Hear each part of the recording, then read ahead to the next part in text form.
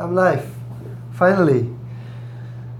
For those who have been waiting for a while, sorry for the 5 minutes extra because we had some technical difficulties.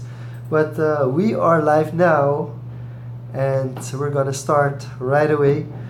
So what happened yesterday, I didn't have enough time for the 30-day challenge to upload a video because I was too tired, so I decided to do a YouTube live.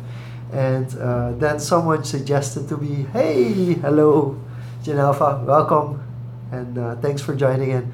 So as I was saying yesterday, I didn't have time. I did a I did a YouTube live, and I decided, you know what, we're gonna do an Ask Me Anything today. So we're doing a live YouTube live video for the second day in a row. And Manuel also told me, like, yeah, you should do it. So hi, Janine, welcome for joining in. Thank you for joining in. And I'm really happy that I got a lot of questions. I do have to say most of the questions were sent in direct messages. I don't know why. Maybe Surinamese people want to act shy.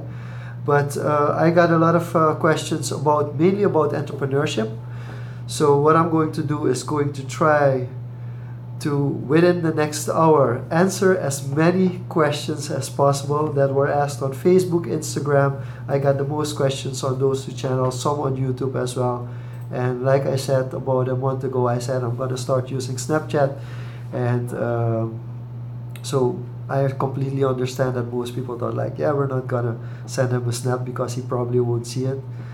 So we're going to start off with some questions. Let's see. First question.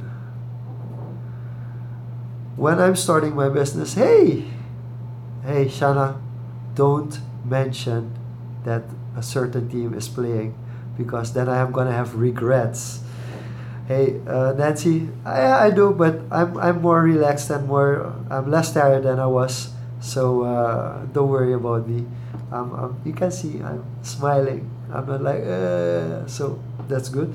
So the first question that was asked to me is, when I start my business, could you give me any guidelines on how I can run my business the best possible way? Well, see, this is a very, hey, Rut, this is gonna be hard. This is gonna be harder than I thought because people are gonna send me scores of the match. Okay, but thanks for the update, Rut. I know you're doing it with your best intentions. So the first question is, what guidelines do I have for people who want to start their business? Well, first of all, every business is different. So I can give you like guidelines, but don't think that if what I'm telling you, it will work for you always in every situation. So I'm gonna focus on things that work in most situations, and the most important thing when you start your business is you have to do it and you have to find products and services that people actually need. That's one of the most underestimated things about running a business is people really think like, yeah, I want to start this business and I'm going to make that, I'm going to make this, and everybody's going to buy it because I think those products are awesome. But in reality, do a check first. Start with a minimal viable product that's something like, it's not perfect yet, but it's good enough to put out on the market, and see if people are really need your products or your services. Because otherwise, if you only focus on, yeah, this is what I want to do and this is what I will sell, if the market doesn't want it, you're not gonna be able to sell it. Well, maybe you get a couple of people that really are like you and they want to buy it from you. But in general, if you don't sell something that people really want or people actually really need, then you'll have a hard time selling your products, making a revenue, and really continuing with your business. So that's my first tip if you really want to start a business, is focus on the market. Focus on what the market needs. And yes, you can create a market, but when you're a startup, when you have less experience, when you're not really into the business yet, don't try to think that you can operate in the same ways that people or businesses that have been around for 20 years do. Don't think, oh, if Apple can come out with an iPhone X, which we don't even know if the people need it, but people will buy it, I can do the same. No, you can't. So that's the biggest difference. When you're a startup, you really have to think, what do people actually need? And if I come with that, people are really going to buy it. So that's my first advice. And then I'm quickly gonna go on to the other questions. I'm gonna start off mainly with the, I think with the Instagram questions first.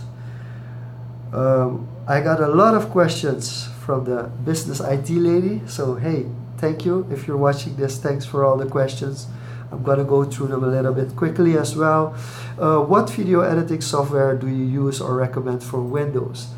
Well, I did a little research on this because a lot of people ask me this question now that I'm continuously vlogging. First of all, I use a Mac, so I just used iMovie, and for now that's perfect. I used to, hey, greetings from West Bosnia. Thanks for joining in. I really use software that is easy to use, so I use the YouTube editor, and the YouTube editor really helped me a lot, and then they are going to discontinue it, so that's something like, come on, why are you building something? But that's typically Google. So Google, thanks for removing the YouTube editor while I still was using it. Hey Manuel, thanks for joining in. So I stepped over from YouTube editor to iMovie, and now I understand if you don't have a Mac, you don't have iMovie. But I believe that if you have Windows, you have Windows Movie Maker, and I think Windows Movie Maker was discontinued, but you still have Windows Live Movie Maker or something like that.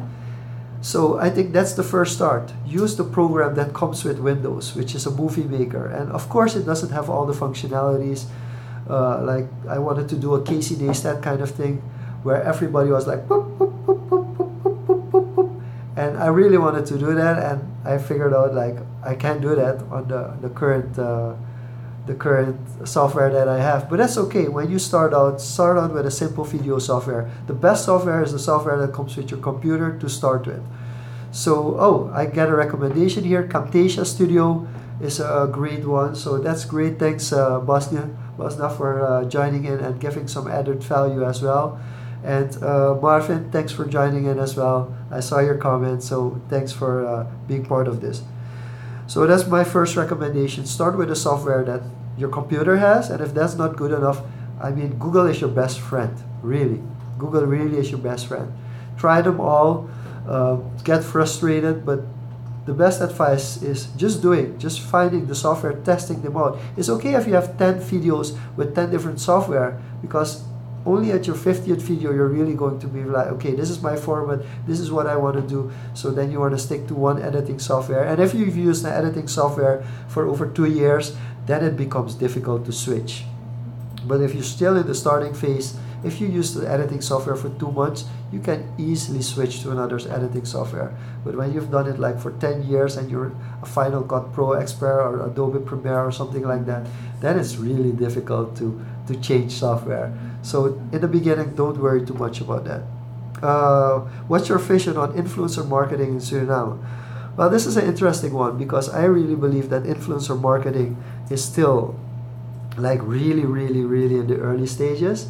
But in 2018, I believe that we'll see a significant increase of companies using influencers to develop their brand. Right now, they're mainly using influencers for competitions. Like there's a competition and this company says like you can win something, and the influencer like, well, yeah, I got a big audience, so I'm gonna easily win it. So they just participate as participants instead of actually being the influencer that announces the competition. So that's is something that we're still building on, but I've spoken at 3 big events, marketing events this year, and in every single event of them, there was at least one speaker speaking about influencer marketing. Also at the social media conference Suriname, we had also the marketing manager of HP in the Netherlands, and she also spoke about influencer marketing. So we know that it's coming, and if you're interested to become an influencer, make sure you have, first of all, you have an audience. That's really important. You have to have an audience to actually become an influencer, because if you have like 300 people and you want the company to ask you to do something, no, they won't ask you. So be realistic. If you're small, if you don't have a big audience, you cannot expect that companies will pay you. No, there's no YouTube plan. Well, actually, this is kind of like a YouTube plan, but it's like really squiggly and just thoughts worked out, but it's not an official YouTube planner. This is more like a planning board, which we use for our company, which some people actively use and some people like completely forget about that it exists. But that's another story. So if you want to be an influencer, make sure that you actually have an audience, people that follow you, and you have a fan base that the company wants and the company can connect to. Because if you don't have a fan base that the company can connect to, then you cannot be an influencer for that company as well. So those are things that we people have to figure out. First of all, companies in Suriname still have to figure out how influencer marketing works, but influencers in Suriname still have to find out how influencer marketing works as well. So I think by the end of next year that you really have seen a shift towards influencer marketing being used in Suriname. And what you always see, we get a little bit late when it comes to these technologies, but when influencer marketing takes a dip outside of Suriname and the rest of the world, it might still be growing here. So that's a good thing as well. I'm going to skip a couple. Okay, this is a really tough question. How can I start a business when I'm under the age of 21 in Suriname?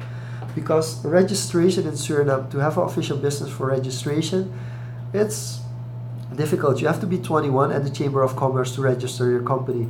So one workaround is find somebody who can co-sign for you, which is not always easy, but sometimes you have a partner or somebody that's over the age of 21, and then they kind of legally register the company. This is only if you have a loyal partner that you can work with and that you want to work with for a longer period of time and actually the rest of your life, then you can do this. I do not recommend just taking somebody from the street or your uncle or your nephew saying like, you sign for me, and then in 2 years time you have a big struggle because they are not doing anything with the company, but legally they have all the power. So that's what I don't recommend. Personally, if you're under 21 and living in Suriname, you have either choice: start a company that's allowed under the age of 21, even move to another country if that has to be the case, if you're really desperate about being an entrepreneur. But 21 is quite young, so my first reaction would be a freelancer till you're 21. Go work for somebody or a big company till you're 21. Get the experience, get to know what clients want, what business propositions look like. Use until you're 21 and start your business at the age of 21 when you're legally allowed. That's the best. I wouldn't recommend going illegal and starting a business without having the proper paperwork while you're 18 or 19. I wouldn't recommend that. I would just recommend actually go and work for a bigger company that you admire, that you're like, if you're able to work for free for the biggest company in the country, just do it. Start a vacation job or something and just start there and learn everything you can learn from it. Eat everything, the whole hierarchy. If it bothers you, don't worry about it. Focus on getting your knowledge, getting the information you need, building your network. And when you're 21, you're ahead of anybody who's 18 who wants to start a business, because you spent 3 or 4 years grinding and trying to figure out what works and what doesn't. So that's the best advice I can give you at the moment. What makes a successful entrepreneur? Yeah, this is a really personal question. I mean, first of all, the definition of an entrepreneur is also one that there's much discussion about. So what makes it successful? Well, I think a successful entrepreneur is somebody who actually managed to work like and build a company that actually makes profit. I think that's very important. If you're a successful entrepreneur, you need to make profit, not just for yourself, but if there are other shareholders as well. So making profit is very important. You have to make a sustainable profit, and that means you have to have a certain skill or develop a certain skill in your company that really does something. Yeah, we all wished, Manuel, that we started earlier. I just told future leaders, entrepreneurs today that I wish that I had the age where they are now. I mean, I started quite late. My first company I started when I was 24 or 25, and for me that's late compared to people talking like, I'm 18, I want to start a business. And yes, it's good to be young, but again, the advantage that I have, I mean, we started Ineffable when I was 32, or just before I turned 32, and it really helped because I already had 7 years of experience working for bigger companies and talking to clients. So it really helped me to get a quicker start. Whereas as you're 21, people don't know you. When you're 21, there are a lot of things you don't know about. So don't worry about too much about that. Back to the successful entrepreneur. So first of all, cash. You have to generate enough cash flow, have enough clients to make sure that the company can grow, and you have to make a profit. It doesn't have to be a big profit per se, but you have to have a cash flow that it works. Otherwise, after 5 years, the business is done. So it's finished. The second part is successful entrepreneurs can deal with people, and then mainly people that work for them.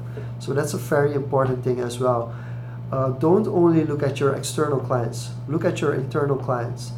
Those are the people that work for you, and they have to want to work for you. People from what the best case is that you have a company that everybody looks up to and wants to come work for. That's what's happening with the bigger brands like Apple, Facebook. Everybody wants to work for them. They're like 10,000, 20,000 applicants every time they file they're looking for people to work there. So that's what you want to create, but you also want to create a brand, but also that people really want to work for you because you respect them. You are there for them. You focus on their wants as much as you focus on the business wants as well. And the third thing is corporate social responsibility. I think a successful entrepreneur should also do something that helps change the community or the world. But the community is easier, so even if it's just the local community, you give back, and you don't have to give back in money, but in investment, in time, and really helping others out. And you don't have to do that like, I have a CSR budget and I do that and that's it. But you can also say like, my product really or my services really make the world better. That's another way you can approach it. So I think those three are very important for me. For the people that I consider successful entrepreneurs, that's really important for me. Okay. What has inspired me to come so far? What has inspired me is my parents. I think my parents are my biggest role model. And I don't tell them that often enough. Right now they're on vacation for the first time in a long time. They're on vacation. And they really inspire me. I mean, I have quite successful parents, if I can say that myself. From my experience, they are quite successful. And I think the most inspiring part, people think that I'm inspired by my dad because he's an entrepreneur. But I'm mostly inspired by him because he's a damn good dad. That's one thing. If I take one thing from like what I wanted from my teenage years, like if people ask me like what do you want to be, then I thought and I was like, I want to be a good dad. And that really helped me because he was always there for me. Like, okay, he came to pick me up at school like 2 hours after the school was closed, but it didn't even bother me because he was there at all the different times in my life when I really needed someone. He was always there. Whether it was sports, whether it was having a hard time dealing with business, even now I can come up and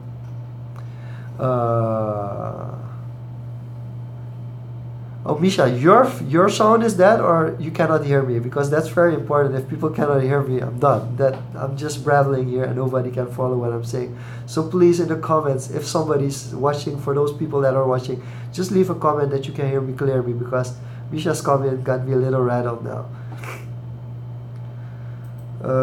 So what inspired me to come this far is really my parents, and what is my what helps me in life the most? Oh, loud and clear. Okay, thanks. So it's hard to translate this one, which is like, what is uw houvast in het leven? Like what helps me, what gets me through the day is it's family. It's really family. It's my wife and my daughter. I mean, most of the things that I do now, the joy that I get every day is when I get home and my daughter is there and I spend time with her. That's really something that helps me out. And in the morning as well, I think if it wasn't for my wife and my daughter, I probably wouldn't have a solid routine or a routine like I have now. Like I really have a daily routine, which isn't like strict, but at least I have a daily routine, and I think my wife and my daughter are the main reason why I had that. Even when I go insane, they're there and they kind of calm me down. Okay, next question. which qualities like everybody looks at your school performance and experience, but what quality do I value most when I hire someone? It's attitude. It's being motivated. For me, I basically only look at that part. That's for me the biggest part. If you're really motivated, and there is a second one, but first of all, it's being really motivated, and that's for me a very very important part. If somebody comes in and they don't get me fired up, I'm like, yeah, okay, let's talk, but we're not gonna do this. Hello, Janti. I think I just answered your question, right? Um, yeah, so that's really motivation, and attitude is everything, and attitude actually more, because like you can be motivated, but you can bullshit as well.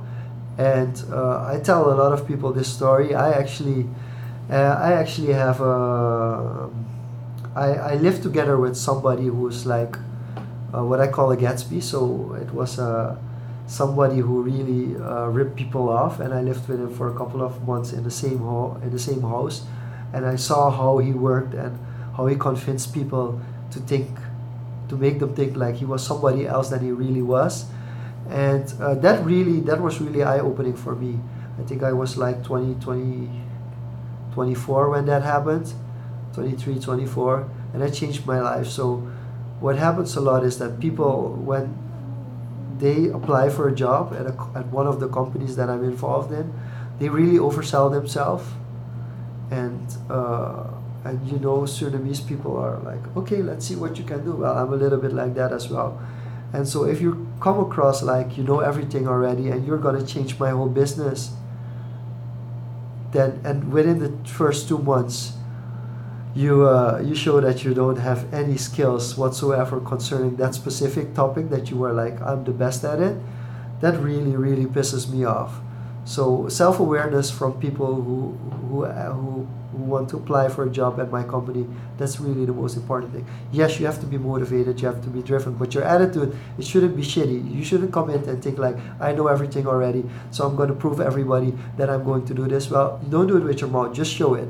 And that's for me one of the most important things as well. So mainly attitude, that's everything that counts for me when you apply. I mean, it's great if you have a master's degree, it's great if you have a bachelor, then I know what educational level you're at, but that's not always what I look for when I work with certain people. So that's very important as well. I saw another fleer looking in. So the Future Leaders and Entrepreneurs, that's the program. That's also where I got most of my questions from. So for all those Future Leaders and Entrepreneurs watching, thank you. I really appreciate all the questions that you've asked, because there's a lot of content here, and that's thanks to you. So remember that. Okay, interesting question. What is the strategy that you use when you delegate tasks? Okay, so this one is interesting. I use the Eisenhower box. And the Eisenhower box is a box that was a thinking box that was made by President Eisenhower. And if you want to read more about it, I think James Clear has a really good article. So if you Google James Clear Eisenhower box, you'll get a very, very good written down assignment on like how you should think, how he thought, and what the idea was. And basically, every task that you have to break it down and see like how important is it, and how urgent is it, and with the important part, how important is it that I should do the task. So for me, it's quite simple. If it's something not urgent and not important, it just goes in the trash can. I don't look at it anymore. If it's something that's really important and it's really urgent, I have to do it straight away. But if it's something really urgent and it's not important to me but somebody else in the business, I delegate it to somebody to whom it is important. So it's not really much of a rocket science. The hardest thing is you have to do this a lot to be able to decide like, this is something I can delegate and this is something I have to do myself, because that's something you get with experience. Sometimes you delegate something and then 2 months later you're like, I probably shouldn't have delegated that. And sometimes you keep stuff and you try to do tasks that somebody else within the organization can do, probably even better than you, but you're so caught up that you try to do it yourself. So that's really important, that you can figure out, like, is it urgent or is it not urgent, and is it important or not important. And again, important being, is it important that I do it, or is it important for the company? And if it's something that's important for the company but not important for myself, then I do it, I delegate it. So that's in short the answer to your question. How can you efficiently use your time? I don't use my time quite efficient enough, to be honest. But how can you do it, and how do you switch between private life and business life? Okay, this is a really tough one. A lot of people ask me this question, have been asking this question for years. And trust me, I haven't figured it out, because I'm quite a young father. My daughter is 2.5 now, so I only have 2.5 years of experience.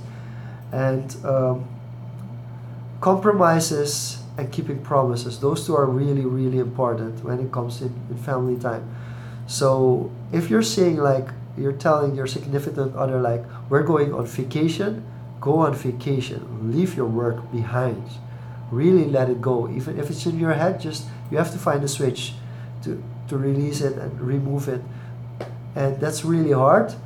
But also have time during the week that you spend with your family and your loved ones, because that's important as well. So I work, most of the days I work till 6 o'clock, and after, from 6 till 9:30, my phone is off, or it's supposed to be off, but it's off. So that's family time. That's 2.5 hours a day of family time, quality time, that we eat together, that we do things together, and we spend time together. So that's the most important part of your day. And then after 8:30, you can start working again. If you want to do the night hustle, you can do it, but don't go on too long, because otherwise you get a burnout and you don't do any work thing during the day.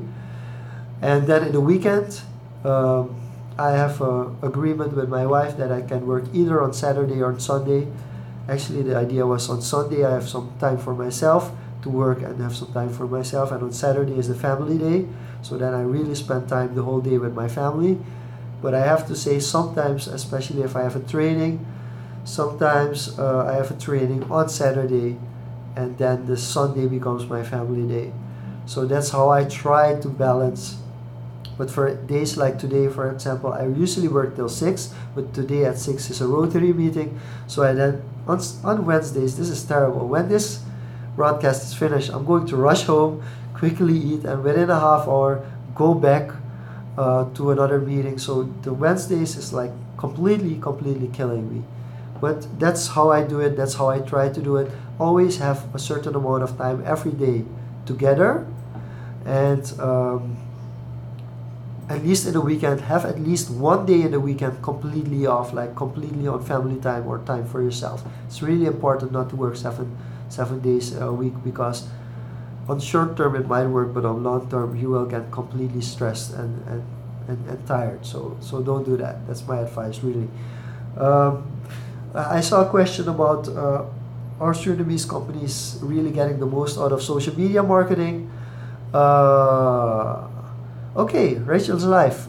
Thanks for joining in. If you have a different opinion, please share, because this is also a sharing session. So if you think different about it, please share. And again, for those who are watching, I'm telling you from my perspective.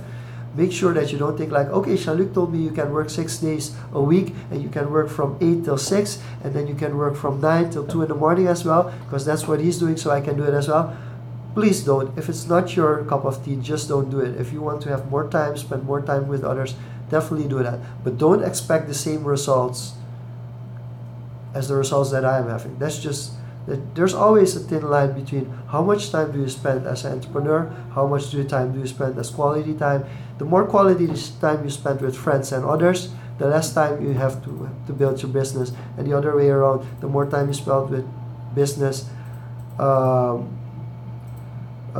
more time you spend with business, the more time you don't have for your family. And yeah, in the end, this is very difficult.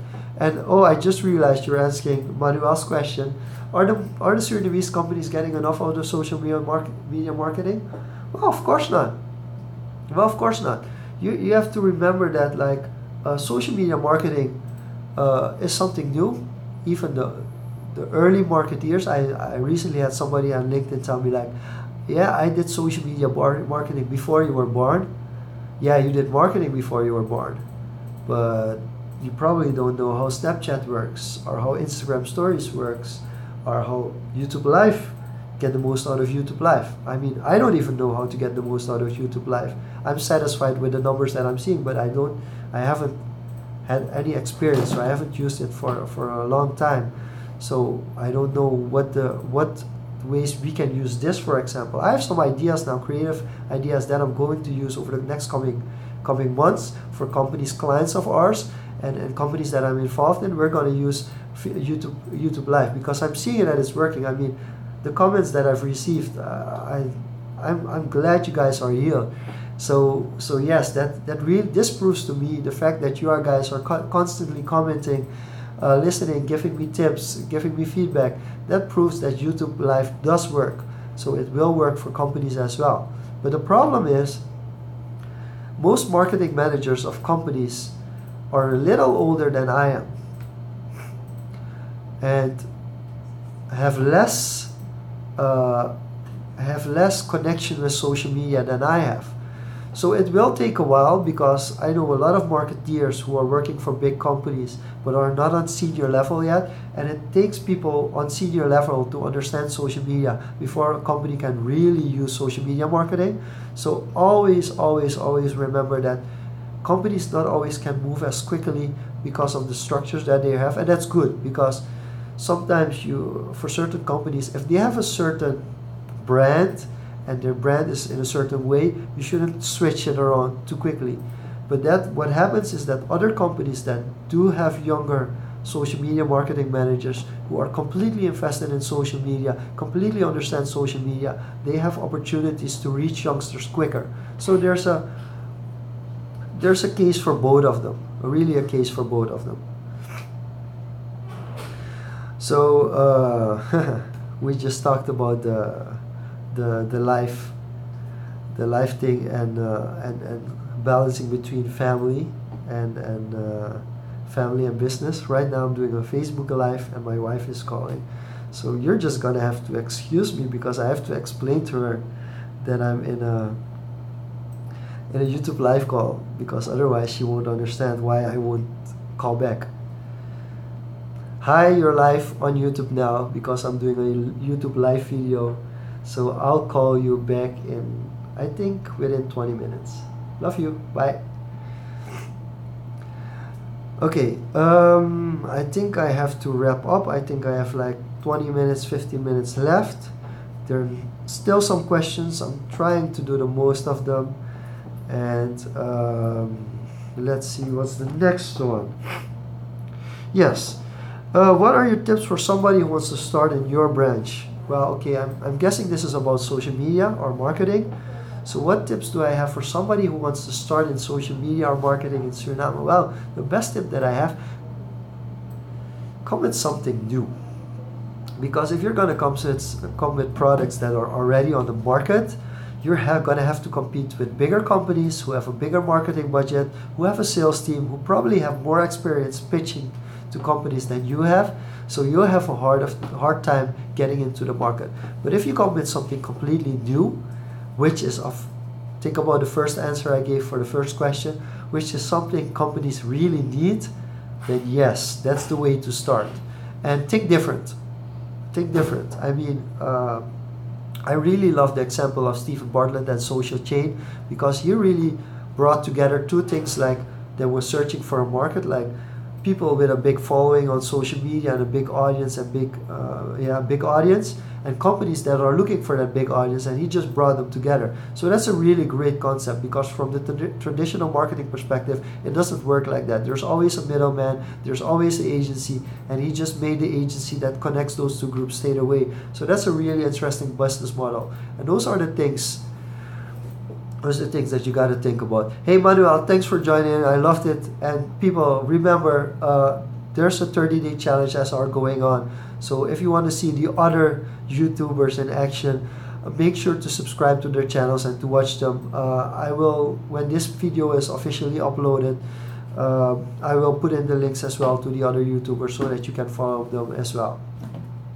Okay, I'm gonna do 2 or 3 more questions. I'm gonna switch to Facebook now because I have some Facebook questions as well.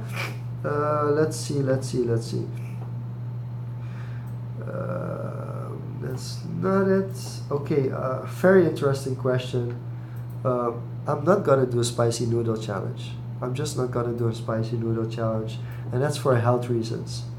I don't have the strongest stomach in the world. I don't eat pepper. I've never really been a fan of pepper and too much spices, and caffeine is bad. I know I drink too much Coke as well. I think a lot of caffeine products with caffeine within them. But for health reasons, I'm not gonna do the spicy noodle challenge. However, you like good content, so I might change my mind. Try to find a collab with somebody else who is very terrible at eating pepper as well, so that you can have fun at our expense. So I will think about that. Then there are more questions, but I probably should have structured them. So I'm gonna do one more if I can find it in time.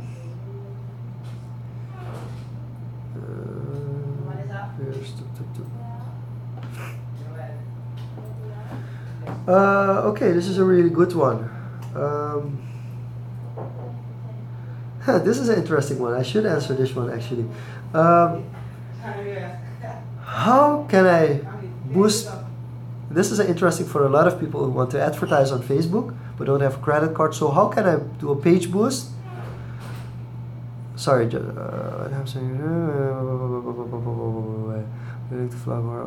Okay, that's 2 questions. I will look at them, but I'm first gonna answer the question on Facebook. So, how can I boost my post on Facebook if I don't have a credit card? Okay, so here's the thing. Facebook advertising, basically you either have to have a credit card or PayPal to advertise. There are some other options, but they're a little bit not as simplistic as those 2. So if you don't have a credit card, first thing, if you're a person who actually is just going to advertise once, find somebody to advertise it for you. It's okay. Don't let them rip you off. Know what the budget is and how much views you can get or how much reach you can get for the amount that you're advertising, and just give them like 10% on top of it, saying like, okay, I have 20 bucks. Can you advertise it for $15 or $18? Can you advertise that amount? The rest is for your credit card cost, and then that person advertises for you. So that's one way to do it. If you're going to advertise on a regular basis, then I think if you want to do it as a business model, then please get a credit card or get a card that allows you to advertise on Facebook. So this might not be the advice that you want to hear, but if you're like a one-time advertiser, you just want to advertise something once a year or twice a year, pay somebody else to advertise it for you. It's not a big thing. Just pay them. It's worth it, because you have to figure out if you're a one-time advertiser. We don't use as advertisers, our company, we don't use the boost button. It doesn't exist to us. We advertise based on real interest. We build saved audiences. We build custom audiences. We build lookalike audiences. We retarget your advertising. So we expect you to pay us for that knowledge as well. So it is okay to pay a percentage on top of advertising if you're going to do it only once a year. But if you're going to advertise on a regular basis, then the best way is just to get a card, which means, yes, you have to invest a lot more money. But if you want to invest on a regular basis, you're going to have to invest in a credit card or PayPal or something that you can use to advertise on Facebook as well. That's really what I would suggest. Because if you're interested, if you really want to jump into the Facebook advertising business, don't go with 1 foot in, because you're not going to get optimal results by just putting 1 foot in. Either find somebody who can do it for you or just do it yourself. And on the long term, doing it yourself is much easier, and it will get you more and more efficient results. But that's just something to think about. There were 2 questions popping up. One, what happens when I retire? Well, Nathaniel, I think that you have seen with Future Leaders and Entrepreneurs that I've semi-retired from the program, as an organizer, not as a speaker, but as an organizer. And I think it's going quite well. I actually think I've seen things this year that are going better than the previous years. So I think the biggest key for entrepreneurs, and especially entrepreneurs that are a little bit older than I am, is start finding people, young people that you can mentor and help you. And if they're really interested in your business, at some point they'll come to you and say like, I want to be the one who takes over from you. And that's what happens. Like, I'm looking at my dad's generation and how they struggle. Like, big companies in Suriname, they cannot find someone who will take over, especially family businesses. If the kids stay abroad or are not interested to take over the business, there's like really this gap and nobody to fill it. So you have to start early to find people who are interested in becoming your assessor, so people that will take over after you do. A question: are you guys willing to do vlogs more often after the 30-day challenge? I think yesterday I said it already. I'm moving towards 2 times a week. So after the 30-day challenge is done, which will be in October, I'm moving to 2 videos a week, and those videos will really be quality videos. I will go a little longer with the footage. I will put in more information, and hopefully that will trigger others to do the same. And I'm going for quality above quantity, because right now, I mean, the 30-day challenge, to be honest guys, this really is killing us. I think this YouTube live video is one of the best things that I had to do, because footage wise and editing wise, it really takes a lot of time. I have a lot of things that I can work through, and believe it or not, a YouTube live video for an hour takes less work for me to edit than editing a 1-minute video on YouTube. So then you have a general idea of how much time it takes. And then the last question, I'm going to do a last question. What is your advice for those who are unsure of themselves and don't know how to go about with their feelings? Well, to be honest,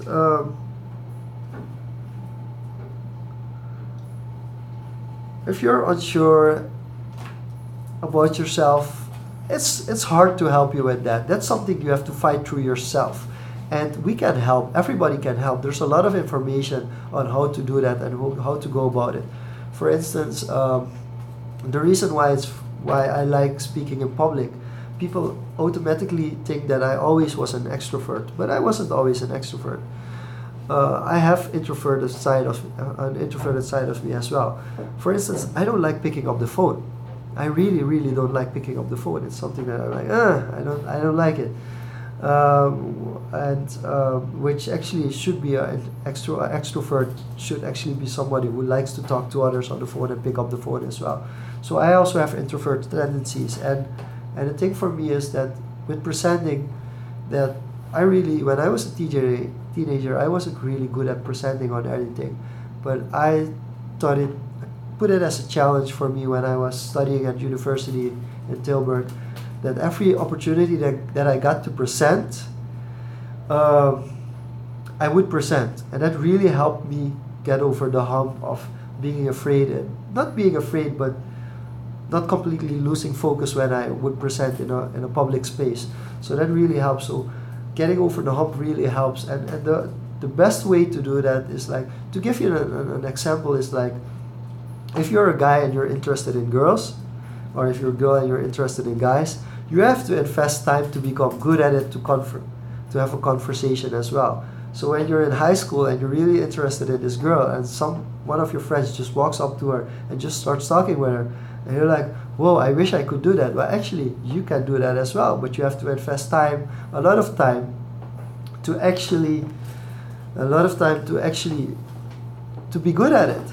So that's with everything. So if you're really unsure about certain things, you don't know how to go about with your feelings, I will expand on it. We can talk about it, Astra. We can really talk about this, and you can send me a message with more detailed questions.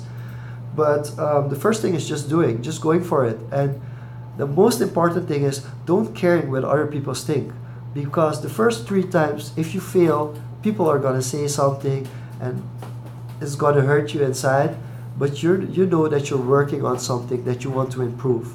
And that's the most important thing. You're doing it for yourself. You're not doing it for somebody else, but you're actually doing it for yourself. So the most important thing is, if you want to do it for yourself, just do it. Just try to get better at it. And at a certain point, you realize that you get more comfortable. Because right now, I think you might see differently, but this YouTube live video, it's been a challenge for me. But I'm like, if I want to get better at this, I'm going to invest. I have to learn certain things. The thing for today that I've learned, the internet connection wasn't right. So I started 5 minutes later, which is not a lot, but it's still like, no, but I wanted to start at 4. And that's something that really triggers me, like, I should have been better prepared. So the next time that I'm going to do this challenge, I'm going to be like, okay, so how can I schedule a YouTube broadcast? And that's something that I have to figure out, and that's something I have to work around. Another thing that I didn't know beforehand, I mean, I'm filming in landscape right now, and most live videos are in portrait. So that's something I figured out just through doing test YouTube live. I did a couple of tests. There are a couple of test videos on my YouTube channel that you guys didn't see, but I tested it beforehand. So it's not like I just come here and like everything is perfect straight away. So don't be fooled. The grass is always greener on the other side. Like, you're gonna see people and you're like, why? How do they do that? They must have some natural born talent. No, basically most of them, sometimes you have talent in something, but most of the time it's just through repetition, to practice, through routine, that people get good at something. And if you're unsure about something, if you don't know how to deal with it, start accepting that you have the problem, and if you're willing to work on it, just work for it. Just work to it. Hey, Diego, you missed really a lot. You really missed a lot. And actually 3/4 of footage that you're gonna have to watch now. But I think I've answered most of the questions, and I'm really happy with all you guys that are watching, that are commenting. You really gave me energy to do this for almost 50 minutes. So thank you for everyone that commented on this video, that was here during the live broadcast. And it really makes me happy to see that people are interested. People are interested in vlogging in Suriname. People are interested in using YouTube in Suriname. And we actually had some guests from outside of Suriname as well. So for those of you from outside that were watching it, I really appreciate it. Correct. Supporting another success won't damper yours. Very good input, Nathaniel, as well. And with this, I want to thank you for watching. I'm definitely gonna do more YouTube live videos. Probably not 50-minute videos, but definitely gonna do more. And I want to thank you for that. Hey, Tamu!